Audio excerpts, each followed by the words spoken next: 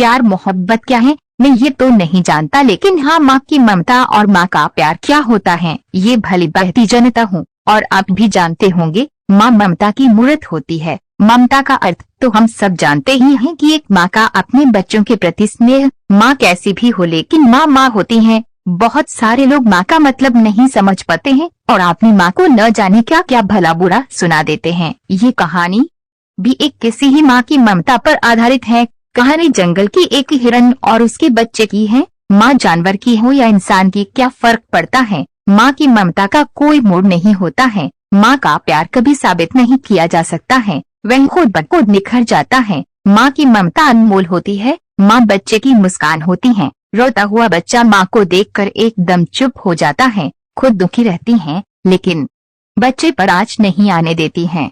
घर में माँ के होने से पूरा घर माँ की ममता से भरा होता है। छोटे बच्चे के रोने पर पूरा घर घबरा जाता है, लेकिन माँ की गोद में आते ही उसका रोना पूरी तरह हंसने में बदल जाता है। बच्चे का केवल माँ ही एक विश्वास होती है। बच्चा जब रात को रोता है तो माँ उसे लोरी सुनाकर सुला देती है और बच्चों की आंखों के सामने से एक पल भी दूर नहीं रह पाती हैं। बच्चे को हमेशा अपने आंचल में छिपा कर रखती हैं, खुद से ज्यादा ख्याल रखती हैं। एक दिन की बात है, एक माँ का बच्चा छोटा था। वह बहुत नटखट था। उसकी हरकतें देखकर सभी हंसने लगते थे। बच्चा बहुत प्यारा था।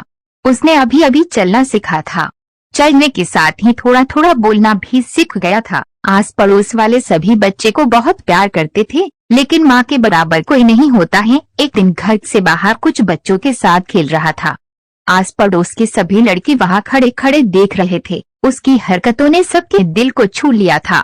खेलते खेलते अचानक पत्थर से ठोकर लगने से नीचे गिर गया और जोर से रोने लगा। पास खड़े सभी ने उसे हंसाने की बहुत कोशिश की, लेकिन बच्चा बंद होने का नाम ही नहीं ले रहा था। एक एक करके सभी ने प्रयास कर लिया। कोई अपने गोद में लेकर खिलाता तो कोई गुदगुदी करके हंसाता, लेकिन वह तो और ज्यादा रोने लगा। इतने में माँ आ गई।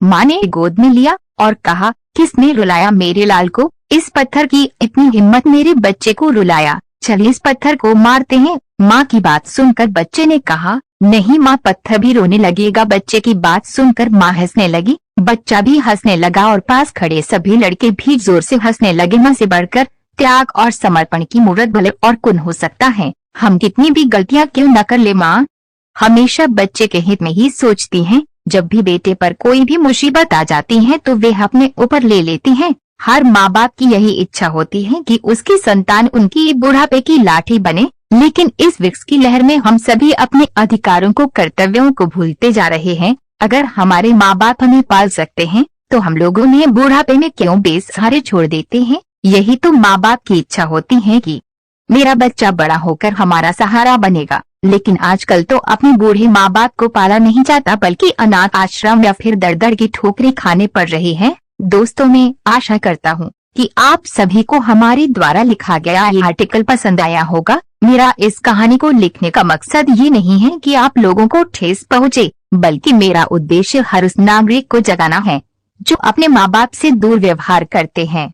अरे वो है तभी तो हम इस दुनिया में हैं। हमें तो उनका शुक्रिया अदा करना चाहिए, न कि उनका तिरस्कार। अगर आप भी मेरी तरह अपने माँ बाप से प्यार करते हैं तो इस कहानी को लाइक करके अपने सारे दोस्तों को शेयर करें। उन सभी प्लेटफॉर्म पर साझा करें जिनका आप उपयोग करते हैं, और हमारे इस वेबसाइट को सब्सक्राइब भी कर ले ताकि आने वाली कहानी की अपडेट सबसे पहले आपको मिले।